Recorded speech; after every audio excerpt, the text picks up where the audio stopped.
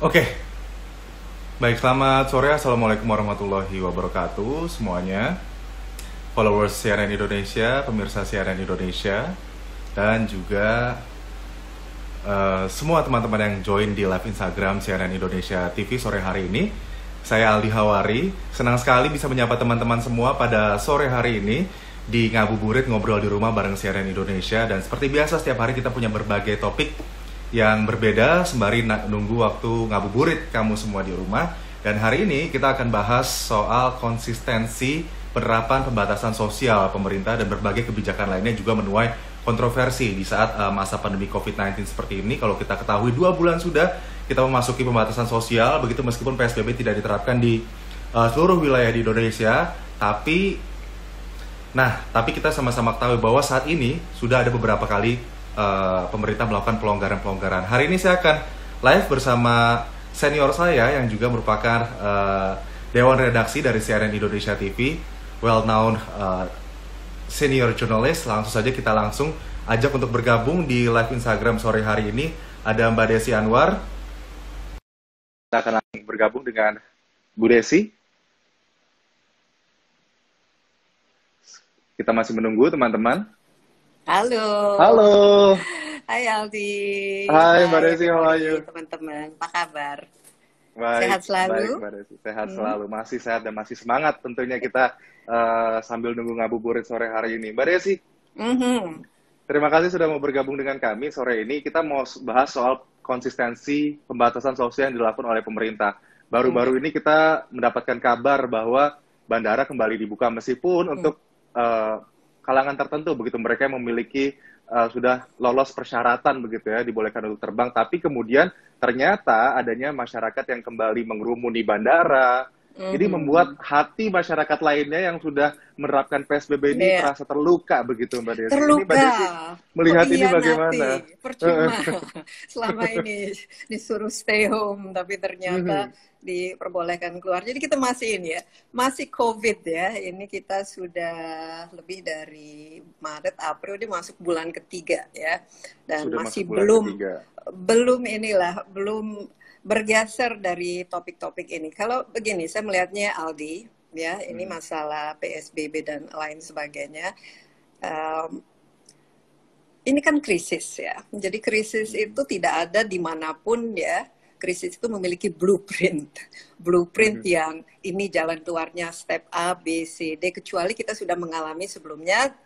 Kalau begitu bukan krisis namanya, tapi ini sesuatu yang sudah pernah kita lakukan, jadi ada pengalamannya. Kita belum pernah memiliki pengalaman mengalami krisis seperti ini, jadi wajarlah dari awal sampai sekarang ini saya sebut penanganan kita khusus di Indonesia ini trial and error.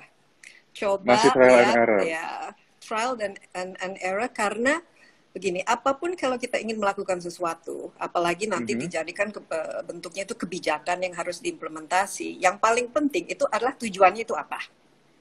Tujuannya itu harus jelas, itu pertama. Kedua, apakah semua orang setuju? Ya, semua stakeholders ini setuju dengan tujuan tersebut. Ya. Ketiga, apakah ini bisa diimplementasikan? Nah, kalau semua ini jawabannya yes, ya sudah jelas, ini lebih gampang untuk bisa diterapkan dan pasti akan berhasil. Nah, kita pertama lihat dari tujuannya. Tujuannya itu apa? Saya lihat ini kan bukan hanya satu. Tiba-tiba tujuan itu dari awal sampai sekarang ini bisa berubah-ubah. Contohnya, tujuannya adalah untuk menangani masalah kesehatan. Mengurangi penyebaran virus. Makanya dilakukan social distancing dan lain sebagainya. Ya, jadi tujuannya itu mengatasi dan untuk kesehatan begitu ya, agar COVID supaya itu hilang. Jumlahnya tidak bertambah gitu. Tiba-tiba mungkin ada tujuan lain. Mungkin bergeser ke motif ekonomi begitu Bu Desi. Ekonomi. Nah, tujuannya kalau ekonomi ini kan pasti ya bertentangan dong. Yang namanya kegiatan ekonomi kan tidak bisa dilakukan kalau kita semua tinggal di rumah. Jadi tujuannya ini sekarang untuk penyelamatan ekonomi. Nah, mungkin ada lagi yang ketiga itu tujuan untuk sosial. Karena dengan adanya COVID ini kelihatan bahwa layer-layer yang lemah di dalam masyarakat kita ini semua kelihatan. Karena ternyata dengan penerapan social distancing ini tidak bisa berlaku untuk semua orang. Jadi dari aspek itu saja, ini membuat apapun yang kita terapkan itu pasti banyak masalah dan tidak akan mencapai tujuannya.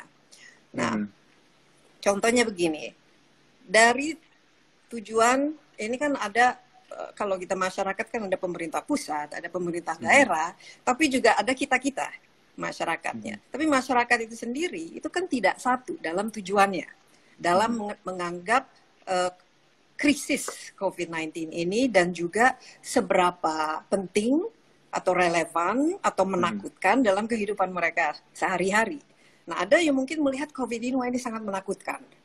Ini apalagi kalau misalnya usianya rentan, vulnerable, punya penyakit, itu kan merasa, wah ini saya pokoknya kita takutlah tertular. Ada yang mungkin merasa, loh, ini kan nggak apa-apa, ini kan seperti pilek biasa aja. Dan toh saya juga orangnya masih muda kok, ya, dan saya keluar juga pakai masker, jadi nggak apa-apa. Misalnya kalau saya juga kemana, bepergian dan melakukan aktivitas. Juga ada yang merasa bahwa, oh ini saya tidak bisa lakukan karena ya mungkin work from home ini oke, kalau kita punya home.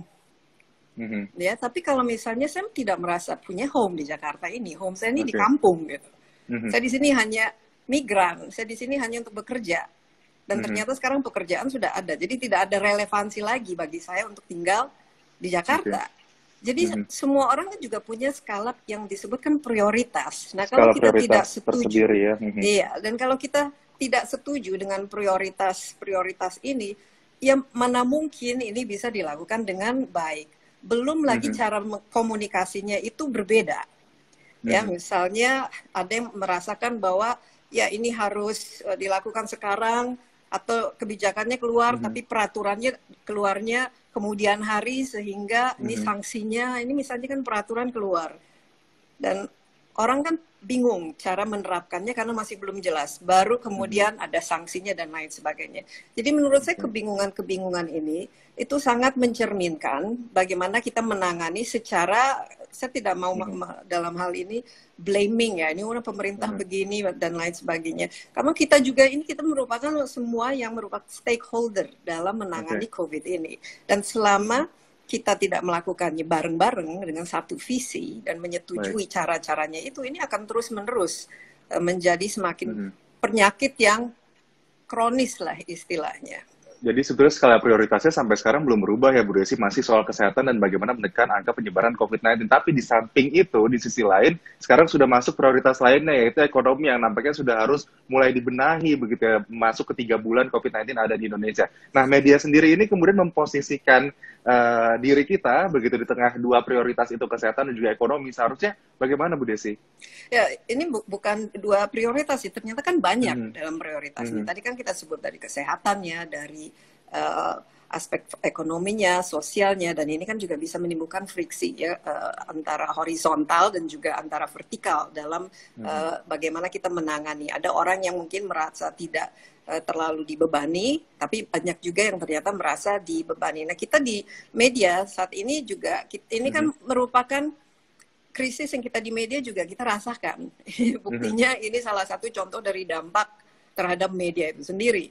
Ya, media ini mungkin banyak penontonnya saat ini, ya, tapi kita kan juga harus melakukannya dengan platform yang berbeda. Tidak masuk kantor, makanya Aldi dan saya sekarang kita lewat IG gitu, Instagram.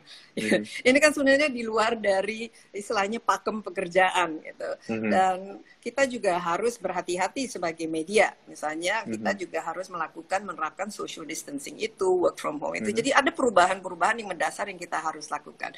Belum lagi dari segi bisnis, ya jangan berharap, apalagi kita media yang sangat tergantung kepada iklan misalnya. Jadi ini dampaknya itu kita rasakan sebagai bisnis juga gitu. Nah, dari segi bagaimana kita melihat ini, ya kita harus melihat dan mengkritisi, tapi juga membantu menjadi bagian dari solusi tersebut. Jadi media kita bisa mengatakan, oke, kalau misalnya tujuannya itu adalah untuk kesehatan dan lain sebagainya, sehingga ya terus-menerus social distancing, pakai masker, pakai cuci tangan dan lain sebagainya, jangan mudik gitu. Dan kita juga mencoba ya menjadi bagian dari solusi itu sendiri. Tapi tentu saja kita harus kritis.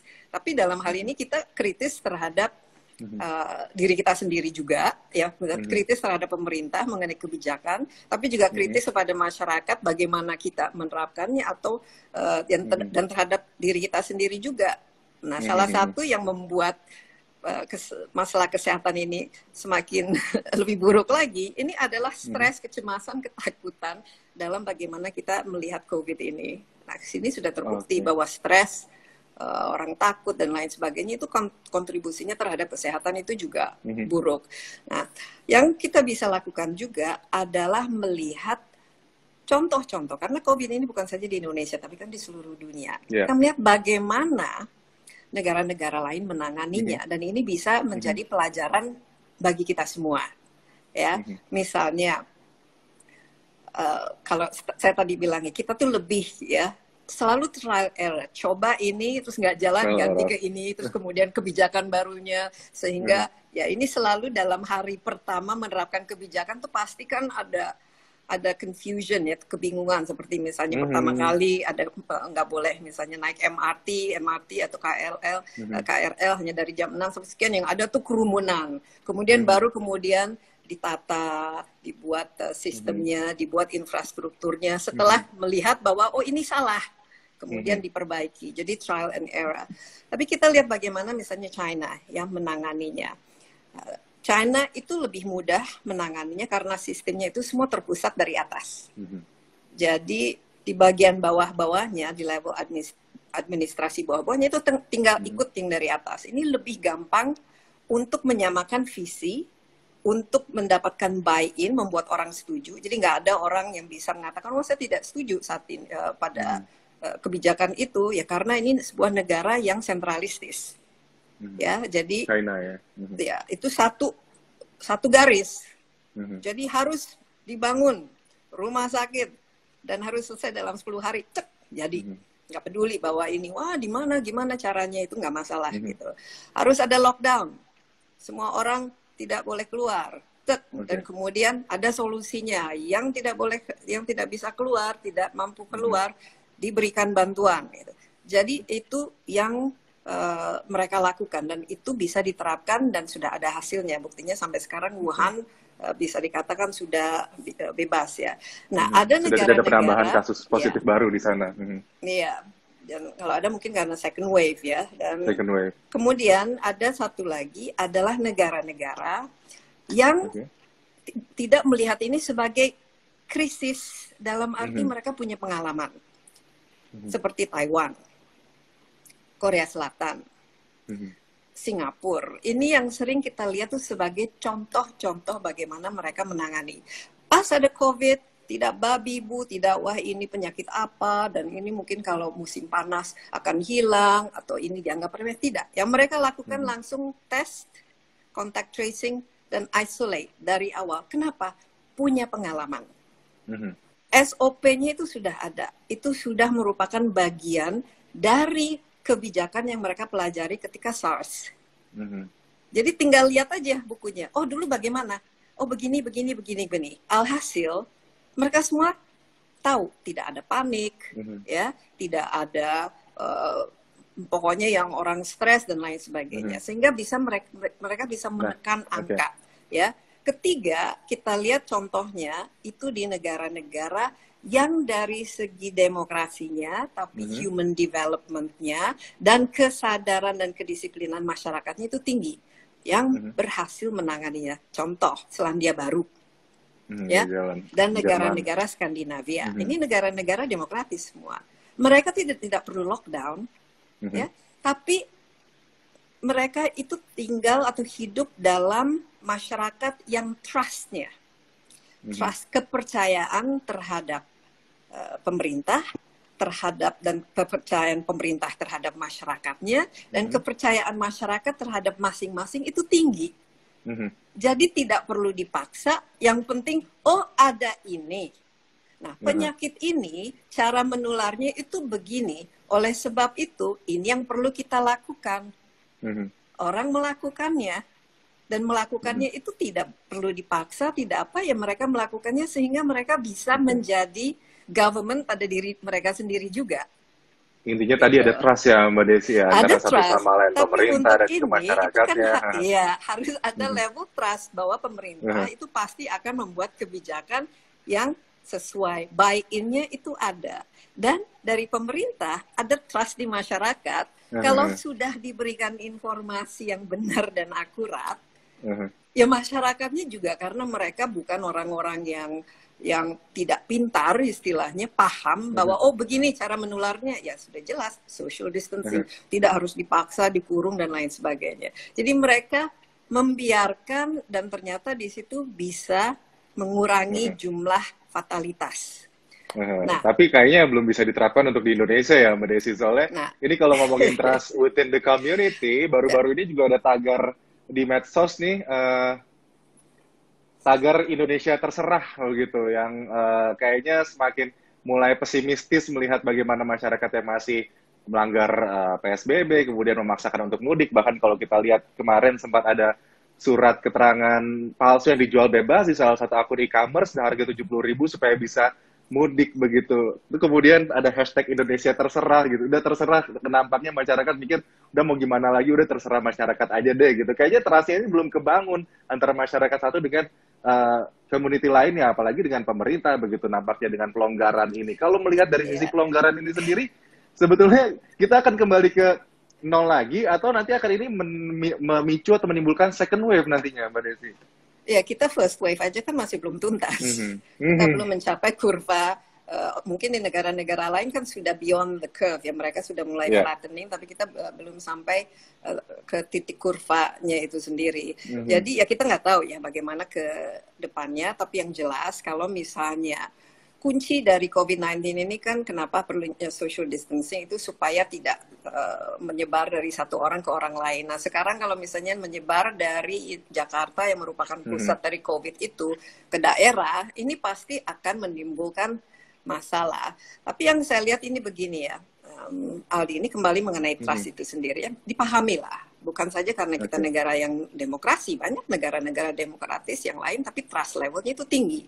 Kenapa? Ya karena selama ini yang namanya Indonesia ini, itu ya trust level kita ke pemerintah, apalagi misalnya kita masalah korupsi kan masih menjadi problem. Ya kita kan tidak trust, apakah kalau kita membayar pajak saja kan nggak rela, karena apakah uang pajak ini akan digunakan semestinya, itu juga kan masih menjadi problem. Kita tidak punya trust misalnya di aparat atau di dalam kebijakan. Kenapa? Ya karena legal system kita, justice system kita itu ya dianggap ya masih sering tidak fair. Kalau bisa dibeli ya kita beli, termasuk mengeluarkan harus ada izin, surat kesehatan dan lain sebagainya, ternyata juga bisa saja dibeli atau tinggal dibayar saja atau dibujuk saja ketua RT atau RW-nya, sehingga trust levelnya itu sendiri itu tidak bisa membantu kita sebagai masyarakat untuk mengatasi ini bareng-bareng.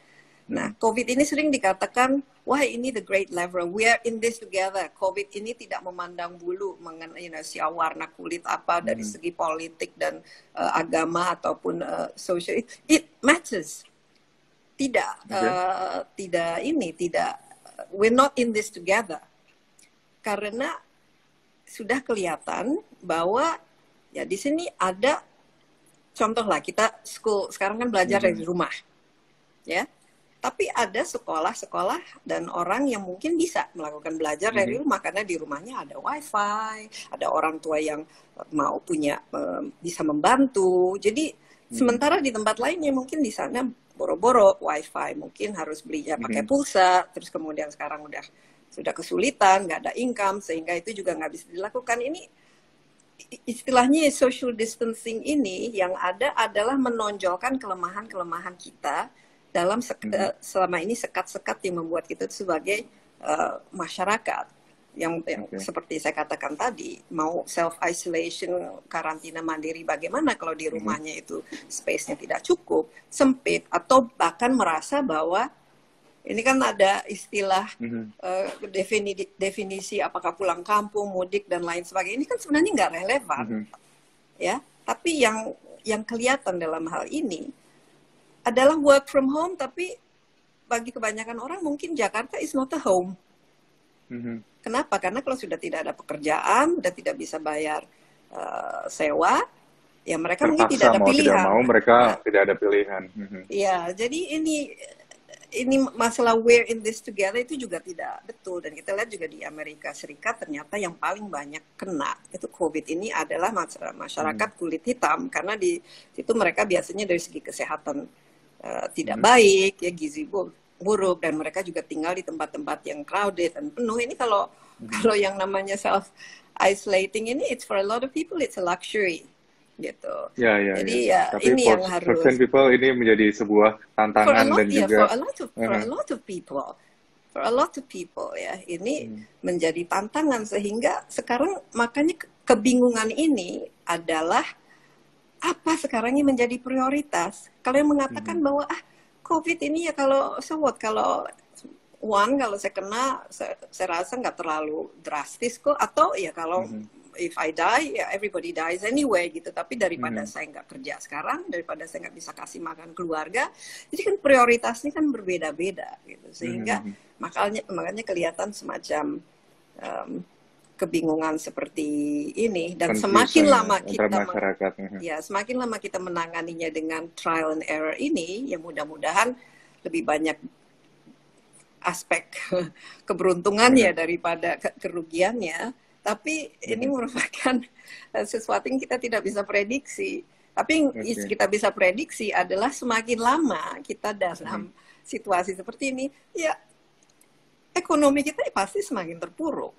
Semua orang mungkin ada beruntung kalau punya tabungan, tapi tabungan itu untuk berapa lama? 1 bulan, 3 bulan, tentunya 6 bulan.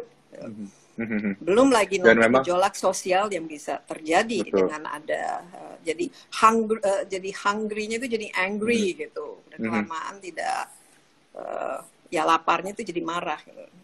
Iya, Bu Desi, ini saya jadi dapat perspektif baru nih, bahwa memang tidak semua orang bisa menikmati atau mendapatkan luxury, bisa work from home atau bisa stay at home di rumah aja. Tadi Bu Desi mengatakan bahwa untuk beberapa orang home itu bukan di Jakarta, jadi mereka mungkin punya alasan sendiri untuk kemudian harus kembali ke kotanya masing-masing sehingga melanggar aturan PSBB begitu. Tapi kita coba baca pertanyaan dari teman-teman followers yang tadi sempat mengirimkan pertanyaan ke saya nih, Bu Desi. Ini mungkin tidak terlihat, tidak terlihat full ya, tapi dia menanyakan bagaimana mengatasi kerusuhan yang bisa terjadi jika nantinya masyarakat krisis begitu akibat PSBB ini. Mungkin ini sama yang terjadi seperti di Amerika Serikat begitu, sudah mulai ada gejolak kerusuhan di situ, Bu Desi. Ya, kalau di Amerika Serikat kita lihat lebih ke sekarang justru mereka berdemo ya, demonstrasi, dan ini kan berseberangan dari tujuan social distancing. Mereka berkerumun mengatakan bahwa ini hak saya dong. Kenapa harus diatur kapan saya mau keluar, kapan saya mau berkerumun? Ya kalau sakit itu kan resiko yang saya ambil. Emangnya pemerintah siapa? Pemerintah kan juga merupakan pilihan dari kita gitu. Jadi tidak ada istilahnya nggak mau diatur gitu. Jadi dalam hal-hal tertentu kita lihat ini contoh Amerika Serikat itu bagus ya, karena ini juga mencerminkan lack of trust itu, lack of trust di pemerintahan, tapi lack of trust di antara, kita lihat masing-masing negara di Amerika itu mereka bersaing satu sama lain untuk mendapatkan APD misalnya, atau untuk mendapatkan ventilator. Itu bukannya we're in this together, jadi berkompetisi satu sama lain. Makanya angka di Amerika Serikat itu sangat tinggi. Tapi pada waktu yang sama mereka juga penerbangan, kalau kita lihat di peta penerbangan sekarang, ya itu di Amerika Serikat itu masih terus-menerus. Jadi penyebarannya COVID-nya ini juga menjadi begitu cepat. Tapi kalau ini krisis ya kita harapkan kan tidak terjadi ya, karena kalau kita memiliki yang istilahnya krisis sosial yang ujungnya itu bentrok, dan yang rugi kan kita semua ya. Saya masih ingat misalnya waktu kerusuhan tahun 98 misalnya, ini makanya saya lihat juga kenapa pemerintah ini lebih ke trial and error, itu sambil mengetes suhu atau temperatur yang ada di masyarakat ini. Seberapa kita bisa bertahan. Kalau udah mulai agak sedikit ya istilahnya dilonggarkan supaya sakitnya itu berkurang. Tapi ada ini pakai kebijakan lagi, tapi itu jadi tarik ulur ya. Cuman masalahnya kalau dalam hal ini itu virus kan nggak bisa diajak berdialog ya, nggak bisa diajak berdiskusi. Ini bukan faktor, ini faktornya itu di luar dari kemasan konflik itu sendiri. Ini dampak ya terhadap keberadaannya virus ini. Tapi sebenarnya kalau saya lihat dengan adanya, sekarang taruhlah semakin banyak orang ke daerah. Kita lihat kenapa tujuan social distancing ini dilakukan. Kenapa mobilitas manusia itu harus dibatasi. Supaya tidak banyak jumlah yang tersebar. Kenapa kita harapkan tidak banyak jumlah orang yang kena penyakit ini, apalagi sampai sakit dan harus masuk ke rumah sakit, karena fasilitas medis kita kurang. Karena fasilitas tenaga kerja, jumlah tenaga kerja kesehatan kita kurang, karena jumlah perawat, jumlah peralatan, APD dan lain sebagainya itu kurang. Jadi kalau sudah melihat ada antisipasi, dan ini banyak sekali kita bisa lihat ada modeling-modeling yang dilakukan, ya taruhlah nanti ada daerah ini yang menjadi karena jadi tujuan dari pulang kampung ini atau mudik ini, dan ini sudah kelihatan kan ada meningkat, baik itu di Jawa Tengah atau di Jawa Timur misalnya, itu disiapkan ya.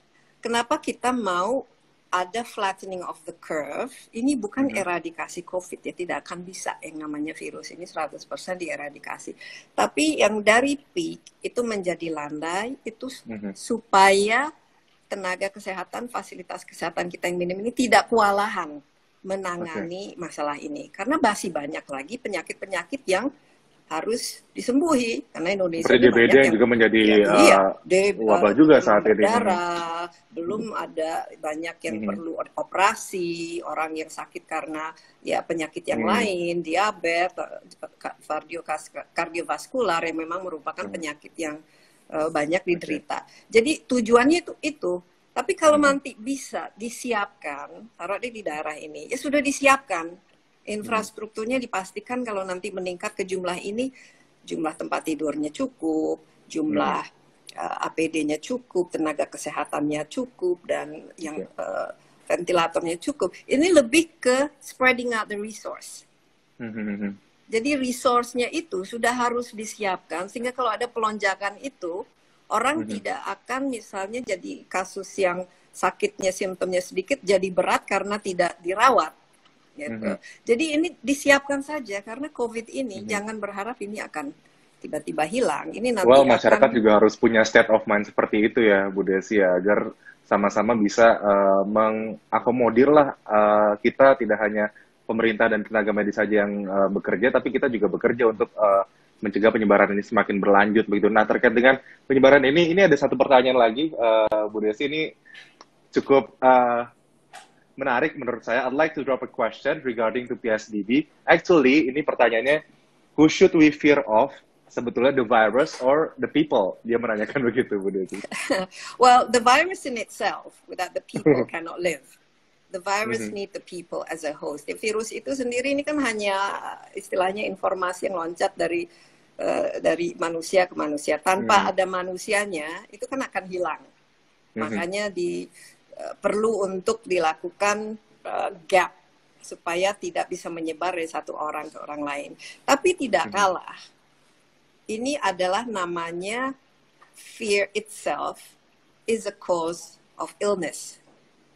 Jadi rasa ketakutan yang berlebihan, kecemasan itu juga kan sudah dibuktikan kan membuat orang itu jadi stres. Saya sering ngobrol sama tenaga medis ya, ke dokter mengenai pengaruh dari stres itu kepada kesehatan itu sangat tinggi. Rata-rata penyakit orang ke dokter itu ujung-ujungnya karena dia stres kerjanya berat, stres memikirin masa depan, stres nggak lulus ujian, stres nggak punya pekerjaan, itu sendiri itu menimbulkan suatu reaksi terhadap daya tahan tubuh kita. Sementara yang paling dibutuhkan oleh virus ini supaya kalau kita kena, ya mungkin simptomnya lebih sedikit sehingga kans kita untuk sembuh tinggi atau tidak ada simptom, dan ini tidak menjadi fatal, ya. Kuncinya karena belum ada obatnya atau belum ada vaksinnya, kuncinya itu kan daya tahan tubuh.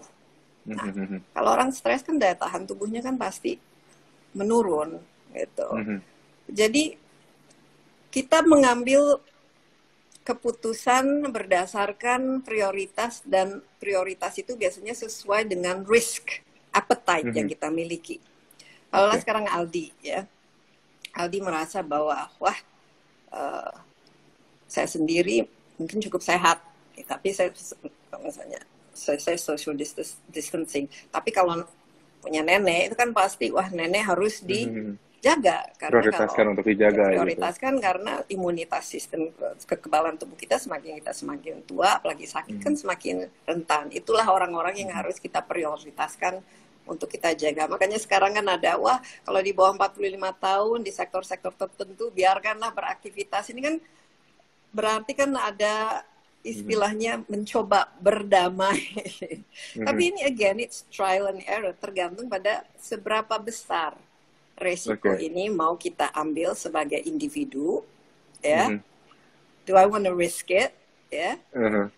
Tapi kalau misalnya pilihannya, kalau saya nggak keluar nganter ini barang atau delivery, ya, saya misalnya kerja jadi ojol, ya, saya nggak bisa boro-boro memenuhi kebutuhan, gitu. Ya, ini jadi my risk appetite terhadap virus itu, virus itu nomor 5. Ya, saya nggak takut. Nah, itu kita sebagai masyarakat juga harus menentukan, karena kita masyarakat. Jadi kita punya prioritas sendiri. Iya, ada prioritas sendiri individu. Dan juga kita bisa memetakan keluarga. Bisa memetakan potensi kita juga ya, Bu Desi, ya. Mungkin memetakan potensi kita terpapar dengan risiko, gitu. Iya, dan kita lihat misalnya satu keluarga ada orang tua, ada yang masih usianya produktif, ada anak kecil-kecil yang katanya tidak terlalu rentan, tapi juga ada misalnya kakek nenek yang dari usia. Nah, itu kan ada skala prioritas siapa yang dijaga. Nah, benar. Sama gitu. Jadi tergantung dengan nah, di situ adalah level ketakutan kita itu seperti apanya. Oke, Bu Desi, mungkin ini kita buka satu pertanyaan lagi, kita lihat ini dari live Instagram kita hari ini. Ada M_Usman96, Bu Desi ingin tanya bagaimana tanggapan Ibu terkait media yang framing ekonomi kasus kesehatan. Tadi sempat kita singgung sedikit, Bu Desi, dan Bu Desi sudah sempat menjelaskan soal trial and error. Mungkin bagaimana kita menemukan titik temu antara ekonomi dan juga kesehatan di masa pandemi ini, gitu. Ya, kalau jelas ini urut-urutannya itu kesehatan mau tidak mau harus nomor 1, ya. Ekonomi tidak akan jalan selama masih ada masalah kesehatan ini yang belum bisa kita atasi. Kecuali misalnya Aldi, kalau kita betul-betul sudah memiliki fasilitas kesehatan yang memadai, yang bisa merespons kalau ada kenaikan jumlah. Ini kan kenapa kita selalu bicara flattening the curve ini, supaya tenaga kesehatan kita, supaya fasilitas kesehatan kita itu tidak dihujani atau tidak dibebani dengan jumlah yang harus dirawat. Karena kalau demikian, makanya fatalitas jumlah orang yang meninggal akibat kasus ini di Indonesia kan kelihatan cukup tinggi. Ya, itu 7%, 8%, bahkan bisa 10%. Itu bisa saja mencerminkan karena orang yang dirawat itu tidak mendapatkan perawatan yang memadai, tapi juga bisa karena tidak cukup, tapi bisa juga karena kasus underlying-nya itu banyak. Nah, ini supaya kita memberi nafas kepada tenaga kesehatan kita, karena tenaga kesehatan medis kita juga sangat rentan terhadap penyakit ini, gitu. Jadi itu yang harus diprioritaskan. Siapkan semua fasilitas ini. Sekarang di Jakarta sudah ada yang Wisma Atlet dan lain, tapi di daerah juga ya disiapin aja, apalagi dengan ada mobilitas seperti ini. Nah, pada saat yang sama ya ekonominya juga harus jalan, karena kalau tidak ada ekonominya jalan, ya orang bagaimana akan menyambung keberlangsungan hidup, tapi juga bagaimana nanti perusahaannya yang harus memproduksi masker, harus memproduksi, ya bagaimana kalau misalnya pada bubar semua. Dan ketiga kan berapa anggaran yang kita miliki, mau berapa kita Betul. bisa bertahan dengan melonggarkan defisit kita, memberikan stimulus. Ini kan pasti ada end game-nya dong, nggak bisa terus-terusan. Ini lebih ke, meskipun sudah ada realokasi jadi tidak dana ada, pemerintah begitu untuk mengatasi COVID-19 ini, tapi Iya. sebetulnya roda ekonomi diharapkan masih bisa berjalan dengan pemetaan yang sudah dilakukan oleh tidak hanya pemerintah tapi juga diri sendiri ya Bu Desi ya, karena Iya, masyarakat sangat. sebetulnya tahu Iya, risiko-risiko yang mungkin. Dan ini jangka waktu itu sangat menentukan. Kalau misalnya hanya 1 bulan, ya istilahnya kita krisis, kita sakit misalnya 1 bulan, itu kan beda kalau biayanya kalau kita sakitnya 2 bulan. Luar biasa bedanya kalau kita sakit 3 bulan. Sekarang kita mau sakit berapa lama sebelum akhirnya kita tidak bisa bertahan lagi gitu. Jadi ini memang harus sama. Jadi saya lihat ini kita nih semua trial and error dan saling belajar dari hal ini karena tidak ada blueprint begini loh menangani krisis, kecuali yang seperti saya katakan tadi. Kita juga bisa belajar dari negara-negara yang bagaimana mereka lakukan. Cuman perbedaannya ya kita berbeda. Kita tidak seperti China, tapi kita juga tidak seperti India, kita juga tidak seperti Filipina misalnya yang bisa aja ditodong itu, ayo kalau keluar rumah wah langsung dipakai ini dicambuk atau dipukul seperti di India langsung. Itu kan kita bukan begitu masyarakatnya, tapi kita juga bukan seperti di Skandinavia di mana ya up to you gitu, yang sudah level of trust ya tadi kita bahas sudah tinggi gitu, dan level disiplin dan kesadarannya. Tapi ingat di sana juga mereka sebagai masyarakat, sebagai negara itu jauh lebih homogenes. Kita tuh heterogen, mereka homogen. Berarti apa ya, tingkat kemiskinan tidak, gap antara yang kaya dan miskin itu tidak jomplang. Itu mereka on the levelnya itu sama. Mereka semua memiliki akses terhadap pendidikan dengan kualitas yang sama, akses terhadap kesehatan yang sama, jadi tidak ada diskriminasi yang terjadi karena ketimpangan ekonomi. Benar, tidak seperti dan di Indonesia sosial. gitu ya saat ini. Karena kita jumlahnya 270 juta. 270 juta. Sementara rata-rata negara di Skandinavia berapa? Palingan 8 juta, 10 juta kita, itu satu Jakarta ya mungkin. Jadi sebenarnya itu bisa banyaknya populasi kita bisa menimbulkan masalah lebih kompleks lagi. Tapi Bu Desi mungkin pertanyaan terakhir karena sebetulnya waktu kita sudah lewat ini Bu Desi. Apa pesan dari Bu Desi kepada masyarakat yang sampai saat ini masih berada di PSBB, tapi juga ada juga masyarakat segelintir orang yang masih nekat untuk kemudian pulang kampung begitu. Apa yang ingin Bu Desi sampaikan? Ya, seperti saya katakan lagi ya, setiap orang kan punya konteks, ya, punya alasan kenapa mereka melakukan sesuatu. Tidak mungkin orang itu akan melakukan sesuatu karena oh ini buruk buat saya, oleh sebab itu akan melakukannya. Tidak kan, semua orang ingin melakukan sesuatu sesuai dengan kebutuhannya, sesuai dengan apa yang menurut dia itu paling baik untuk dirinya sendiri. Ya mungkin saat ini banyak yang merasa saya tuh lebih baik tidak ada di Jakarta. Karena kalau saya ada di Jakarta tuh A, B, C, D. Dan dia pertimbangkan resiko itu. Bahwa kalau di kampung dia bisa E, F, G. Paling tidak dia bisa ketemu lagi dengan orang tuanya. Mereka bisa... Jadi setiap orang itu jadi bukan karena kita tuh ingin melanggar dan lain sebagainya. Tapi ada alasan sendiri yang kuat sistemnya. Tapi sistem dan infrastruktur kita itu juga harus lebih jelas sehingga orang bisa melihat kenapa misalnya penerapan implementasi ini, ketegasan, kedisiplinan ini penting dilakukan.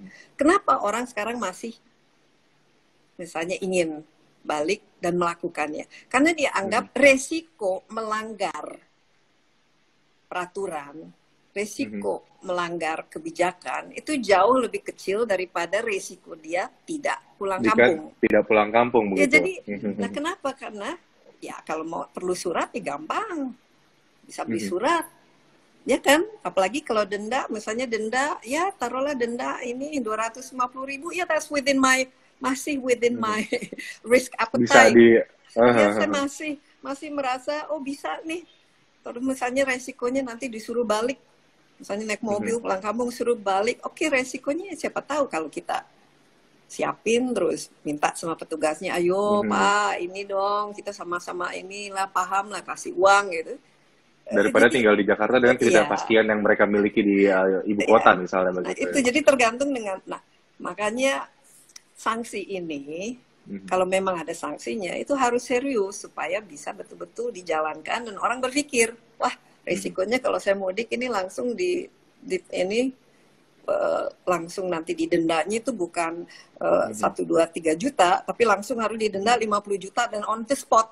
Mikir 2 kali Mhm. kan, Oke. misalnya. Oke. Itu jadi tergantung dengan implementasi dari kebijakan itu sendiri. Kebijakan diterapkan tanpa sanksi dan banyak Mhm. bolong-bolongnya, banyak faktor-faktor X-nya, banyak Mhm. loophole-nya, dan it's not gonna be a proper kebijakan. Seperti saya Oke. katakan tadi, masalahnya di Indonesia ini semuanya itu bisa diatur, ya Mhm. kan? Semuanya itu Ya betul. ya oke lah gitu. Ya Jadi nggak meskipun apa-apa. sekarang Kalau kena juga Mhm. ya nggak apa-apa toh. Kan tidak, Mhm. katanya resikonya juga 80% orang bisa sembuh. Atau ya kalau akhirnya Oke. kena juga ya at the end of the day ya. So what kan? Semua orang juga nanti one Mhm. day we're all gonna die, that kind of thing ya. Baik, berarti mungkin to conclude mungkin seperti ini ya. Saat ini memang sudah ada pelonggaran yang sedang direncanakan oleh pemerintah, gitu. Tapi adalah tugas kita masing-masing untuk kemudian bisa memetakan potensi risiko yang ada di diri kita sendiri apabila kita masuk ke dalam pelonggaran itu. Dan sebetulnya kita harus benar-benar melihat situasi yang saat ini sedang terjadi bahwa di Indonesia kita masih belum bisa untuk flattening the curve dan juga tenaga medis kita fasilitas medis kita masih kewalahan begitu. Sebetulnya masih tugas kita yang sangat besar untuk berada di pembatasan sosial ini daripada kita meriskan atau merisikokan diri untuk pulang kampung tapi tidak melihat potensi nanti menambahnya jumlah kasus pasien Iya. positif COVID-19 di Indonesia. Iya, dan Baik. memang kalau memang sudah sampai di kampung dan memang dengan adanya Mhm. pelonggaran ini ya harus disiapkan fasilitas kesehatannya di daerah-daerah Mhm. yang nanti bisa akan jadi Jakarta lagi. Ya, Mhm. itu yang harus eh, merupakan konsekuensi. Kalau tidak ya nanti Mhm. kita hanya memindahkan saja pusat-pusat COVID ini ke tempat lain. Noted. Baik, Bu Desi Anwar, terima kasih sudah bergabung dengan kami sore hari ini. Sangat Sama-sama memberikan Aldi. perspektif baru, sudut pandang baru terkait bagaimana kita melihat sebetulnya pelonggaran yang terjadi saat ini dan tadi soal kesehatan yang sebenarnya masih menjadi prioritas nomor satu yang harus menjadi top of mind dari pemerintah dan juga masyarakat. Terima kasih, Bu Desi Anwar, sekali lagi. Selamat sore. Bye-bye. Sore, bye everybody. Bye. Baik.